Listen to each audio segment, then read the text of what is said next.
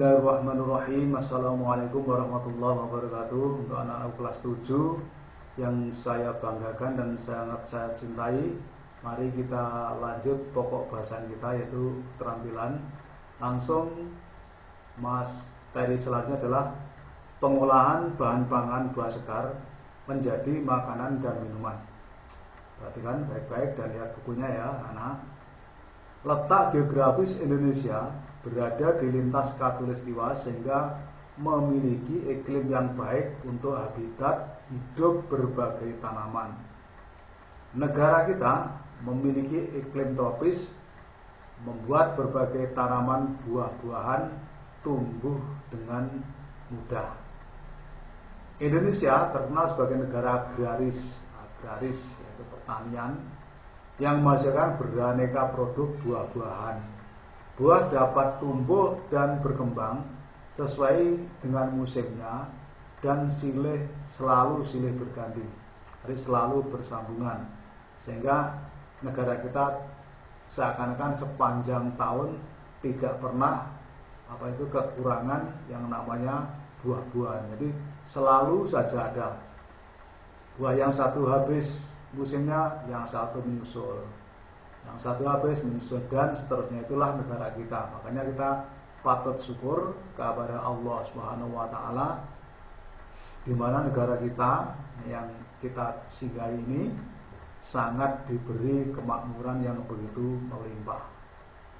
Nah, orang bilang mengatakan saking suburnya negara kita itu, kalau orang Jawa menyatakan gemah ripah loh jinawi.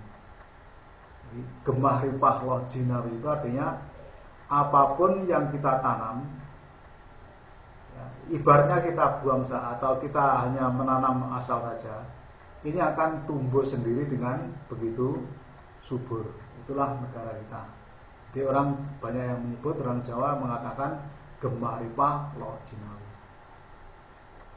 Oleh karena itu tidak henti-hentinya kita harus bersyukur pada Allah ya, karena kita diberi negara yang begitu subur tanahnya.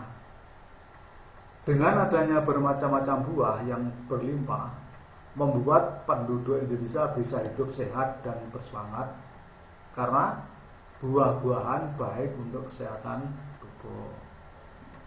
Sehingga diharapkan anak-anak ini juga menyenangi mengkonsumsi buah, jangan sampai tidak mau mengkonsumsi buah. Untuk apa? Ya tujuannya untuk menyehatkan tubuh kita. Kalau tubuh sehat, jiwa kita ya kuat, kemudian cara berpikir juga cerdas.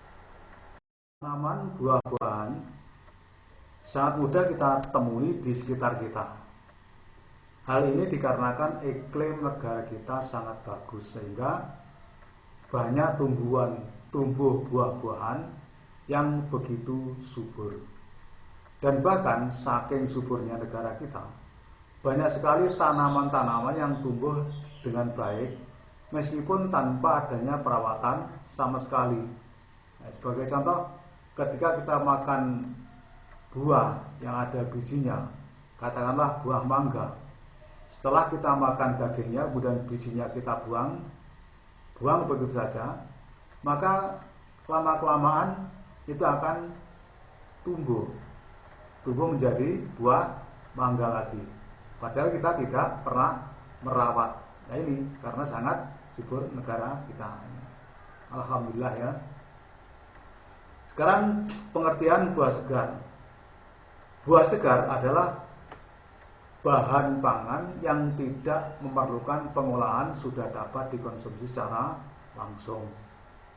Jadi buah segar itu tidak memerlukan dimasak terlebih dahulu. Begitu dipetik bisa langsung dimakan, atau mungkin dibersihkan dulu, atau mungkin dikupas dulu, tidak perlu dimasak. Jadi rata-rata buah seperti itu. Kalau buah itu tidak perlu dimasak, kemudian langsung bisa dimakan. Kemudian buah segar ini termasuk makanan yang disukai karena banyak nutrisi yang dikandung di dalamnya atau vitamin. Nah, selain itu bentuk dari buah juga beraneka macam. Jadi bentuknya juga berbeda-beda. Dari satu, misalkan buah pepaya akan berbeda bentuknya dengan buah mangga.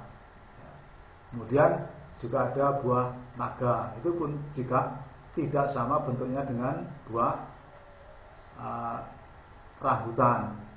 Sehingga ini yang menjadikan buah itu sangat menarik karena bentuknya yang beraneka ragam. Kemudian rasanya pun juga beraneka ragam. Jadi masing-masing buah memiliki rasa sendiri. Ada yang manis, ada yang masam, ada yang agak manis, ada yang pokoknya begitu banyak ya. Jadi itulah keunikan dari buah yang tumbuh di negara kita. Kemudian buah apa saja yang sering atau mudah kita jumpai di daerah kita atau di desa kita? Mungkin kamu sudah tidak asing lagi ya, kalau buah itu macamnya banyak sekali. Jadi mungkin di rumahmu juga masing-masing memiliki 1 atau 2 atau 3 jenis buah-buahan. Coba lihat video ini.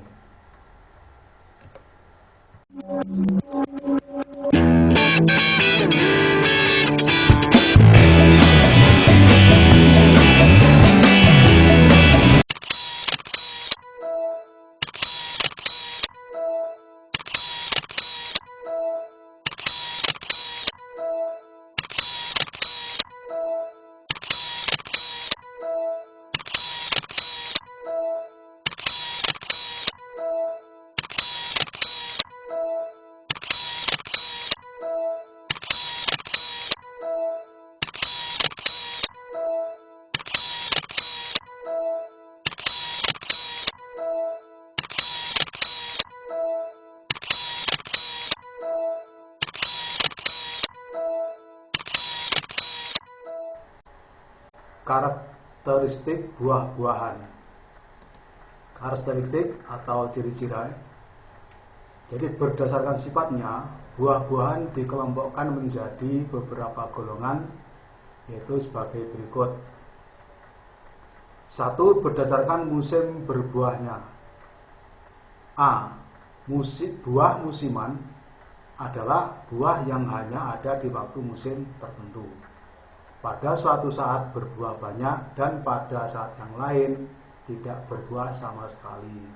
Contohnya duren, buah mangga, dondong, buah duku, buah rambutan, dan mungkin masih banyak lagi. Jadi buah-buah seperti itu hanya tumbuhannya atau hanya muncul pada waktu musim buah. Itu masalah disebut dengan buah musiman. Yang B, buah sepanjang tahun, yaitu jenis buah-buahan yang tersedia sepanjang tahun. Buah ini dihasilkan dari tanaman yang berbuah sepanjang tahun, tidak tergantung musim. Buah yang dapat kita nikmati kapan saja, yang sepanjang tahun selalu berbuah. Contohnya nanas, pisang, pepaya, jambu air, jambu biji, markisa, dan sebagainya. Itu adalah buah-buah yang sepanjang tahun tidak mengenal musim, tapi selalu berbuah. Mungkin di antara A dan B di rumah kalian mesti ada salah satunya. Terus yang kedua, berdasarkan tempat tumbuhnya. A. Buah tropis, yaitu buah-buahan dari tanaman yang tumbuh di iklim panas atau tropis dengan suhu udara sekitar 25 derajat Celcius atau lebih. Contohnya seperti pisang, pepaya, nanas, mangga, rambutan, kemudian durian. Itu adalah buah-buah yang tumbuh di saat musim tropis. Nah, musim tropis itu suhunya ya sekitar 25 derajat, ini suhu udara ya. Suhu udara suatu daerah sekitar 25 derajat atau lebih.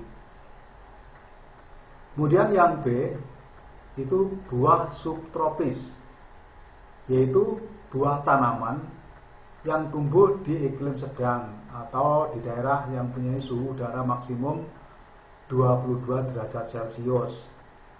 Jadi termasuk daerah lereng pegunungan. Kalau daerah kita ini kan daerah dataran rendah, jadi suhunya ya seperti di atas yang A itu. Tapi kalau buah subtropis itu harus berada di ketinggian atau suhu derajat 22 derajat Celcius. Ini biasanya di lereng-lereng pegunungan, jadi hawanya agak dingin. Contohnya apa? Apel, jeruk, stroberi, anggur, dan sebagainya. Kandungan nutrisi dalam buah sangat baik untuk kesehatan tubuh kita. Jadi secara umum kandungan utama yang terdapat dalam buah-buahan adalah air, vitamin dan mineral, serat, antioksidan, dan karbohidrat. Jadi dengan mengkonsumsi buah, kebutuhan air dalam tubuh akan terpenuhi. Nah, buah yang banyak mengandung air antara lain belimbing, semangka, jeruk, melon, nanas, stroberi, dan mungkin masih banyak lagi. Itu adalah buah-buah yang banyak, ya semua buah itu ya ada airnya, cuma yang banyak mengandung air adalah buah-buah yang saya sebutkan tadi. Sehingga dengan mengkonsumsi buah dapat membantu dalam memenuhi kebutuhan air dalam tubuh kita. Sebab kekurangan vitamin dan mineral menyebabkan metabolisme tidak berjalan dengan baik, sehingga dapat mengganggu kebugaran tubuh kita. Nah, sekarang kandungan dan manfaat buah-buahan. Yang pertama, jambu biji. Jambu biji itu kaya akan kandungan dan manfaat. Memiliki vitamin C 4 kali lebih banyak dibanding dengan jeruk. Nah, ini ternyata buah jambu biji ini vitamin C-nya 4 kali lebih banyak daripada buah jeruk. Nah, fungsinya apa? Fungsinya itu adalah melancarkan kerja otak dan peredaran darah. Nah, selain itu, jambu biji juga mengandung antioksidan yang dapat melawan radikal bebas dan menangkal penyakit kanker. Jadi kandungan seratnya tinggi, jadi mampu memperlancar proses pencernaan. Nah, melawan radikal bebas itu apa tuh? Radikal bebas itu racun ya. Jadi racun yang yang terjadi atas kegiatan aktivitas manusia itu yang berasal dari polusi udara, kemudian asap. Ini daerah yang sering kebakaran ini juga membahayakan karena bisa terjadi penyakit radikal bebas. Kemudian termasuk asap rokok. Ini makanya anak-anak jangan merokok ya. Nanti bisa terkena penyakit seperti itu. Terus apokat. Nah, apokat memiliki banyak manfaat untuk kesehatan dan kecantikan. Nah, ini ternyata apokat itu bisa untuk menambah kecantikan dan kesehatan. Nah, kandungan lemak nabati yang tinggi ini dapat menurunkan kolesterol jahat. Kolesterol para orang tua ini yang sering terkena kolesterol ini juga bagus jika banyak mengkonsumsi apokat. Untuk mencegah stroke, penyakit jantung, darah tinggi, dan kanker. Ini ternyata apokat itu sangat baik bila dikonsumsi setiap hari, sehingga kita terbebas dari minimal mengurangi risiko terkena penyakit seperti itu tadi, dan juga tidak menyebabkan seorang menjadi gemuk. Nah, berbeda kalau kita makan nasi kemudian lauknya daging, itu mungkin 1 minggu makan terus kamu akan menjadi gemuk. Tapi kalau makan apokat ini meskipun setiap hari ini ya tidak mungkin akan menjadi gemuk tadi. Ini dalam kandungan apokat ada vitamin A dan vitamin E, sangat baik untuk kesehatan mata, Jadi menghaluskan kulit, menghilangkan kerutan-kerutan, dan membuat kulit tampak lebih muda. Jadi kalau pengen orang-orang tua lebih muda lagi, tolong diperbanyak makan, mengkonsumsi buah apokat tadi. Apokat itu saya rasa tidak sulit mencarinya, di daerah kita banyak, harganya pun juga tidak begitu mahal. Terus pepaya atau kates, ini adalah termasuk buah yang tumbuhnya sepanjang tahun, kaya akan kandungan gizi. Ada vitamin C, kemudian vitamin A yang sangat baik untuk mencegah penyakit flu, pilek, dan bermanfaat melancarkan pencernaan. Nah, pepaya dapat meningkatkan sistem kekebalan tubuh karena memiliki kandungan antioksidan seperti korten, flavonoid, folat, dan asam pantotenat. Ini adalah zat-zat antioksidan yang terdapat dalam kandungan buah pepaya. Sehingga kalau kita sering mengkonsumsi buah pepaya, ini pun juga sangat bagus. Nah, pokoknya buah-buahan itu adalah konsumsi yang baik untuk melancarkan atau menjaga kondisi tubuh kita. Terus blimbing. Nah, blimbing ini kalau di daerah kita ada dua macam ya, ada yang namanya blimbing wuluh. Blimbing wuluh itu rasanya tidak manis tapi masam sekali. Nah, namun juga ada blimbing yang rasanya segar. Tapi meskipun demikian, di dalam blimbing itu banyak mengandung vitamin C, kemudian vitamin A, vitamin E, dan B kompleks.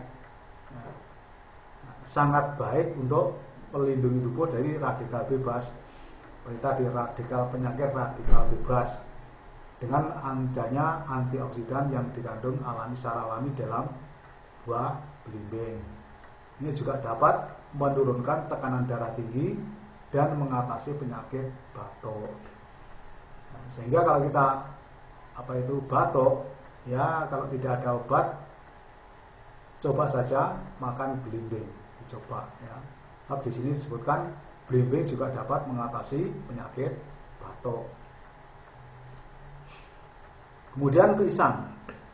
Pisang ini makanan alami bagi bakteri, baik di dalam usus besar, bisa mengatasi sembelit, diare, dan gangguan lambung, meredakan tekanan darah tinggi, membantu relaksasi, dan memperbaiki organ tubuh. Segera memulihkan kesehatan ketika baru sembuh dari sakit, menyusulkan resiko stroke dan serangan jantung. Nah, ini ternyata dalam pisang ini terlalu banyak sekali manfaat yang dikandung di dalamnya. Nah, pisang ini adalah makanan yang paling banyak disukai dan paling gampang dicari, karena pisang ini termasuk buah yang tanpa mengenal musim. Biasanya sepanjang tahun, kalau yang satu sudah ditebang, dipangkas, kemudian muncul lagi. Dan pisang ini ternyata sangat baik untuk kesehatan tubuh kita. Ini utamanya kalau orang-orang yang sudah tua itu bisa menyusutkan, meminimalisir, mengurangi resiko penyakit stroke atau serangan jantung. Ini adalah penyakit-penyakit yang sangat berbahaya. Makanya disarankan makan pisang itu yang banyak. Kemudian mangga. Mangga memiliki banyak kandungan vitamin C, memperbaiki pencernaan, menggiatkan fungsi pembersihan racun dalam tubuh, menyusulkan risiko stroke dan serangan jantung, mengurangi risiko kanker, meremajakan sel, meredakan demam dan bau badan.